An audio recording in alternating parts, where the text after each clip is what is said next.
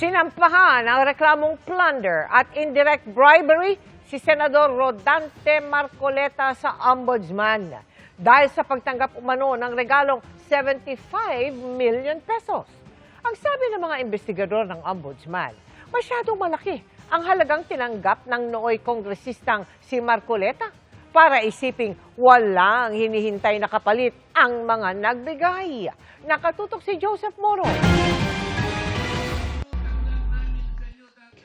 Dati ng issue kay Senador Rodante Marcoleta ang pagtanggap niya ng pera mula sa 3 donor noong isang taon na hindi niya idineklara sa kanyang Statement of Contributions and Expenses.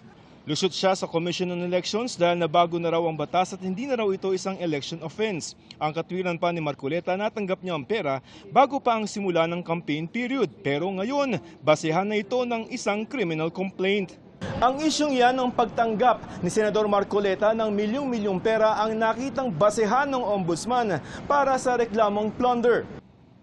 Sa order na eksklusibong nakuha ng GMA News mula sa isang source, pinasasagot ng Ombudsman si Marcoleta sa reklamong inihain ng Field Investigation Bureau ng Ombudsman. Sa investigasyon kasi nito, nakitang habang nakaupo bilang kongresista, tumanggap si Marcoleta ng 75 million pesos noong January 2025. Batay ito sa pag-amin mismo ni Marcoleta sa investigasyon noon ng COMELEC. Lumabas din ito sa donors tax returns na isinumite ni Marcoleta sa COMELEC. Batay sa investigasyon, hindi niya umano idineklara ang cash sa kanyang Statement of Assets, Liabilities and Net Worth para sa taong 2025. Ayon sa mga investigador ng Ombudsman, kahit daw hindi election offense, ang pagtanggap niya ng pera maaaring mauwi pa rin sa pananagutang kriminal at administratibo. Plunder daw na may tuturing ang sunod-sunod na pagtanggap ng pera ni nooy Congressman Marcoleta na umabot sa 75 million pesos sa ilalim ng Republic Act No. 7080. Sa laki daw ng halagang 75 million pesos, hindi na raw ito may tuturing na ordinaryong kagandahang loob kundi korupsyon na para makakuha ng pawor mula kay Marcoleta. Hindi rin daw dapat ito itinuturing na normal para sa mga pampublikong opisyal porket walang sinabing hinihinging kapalit.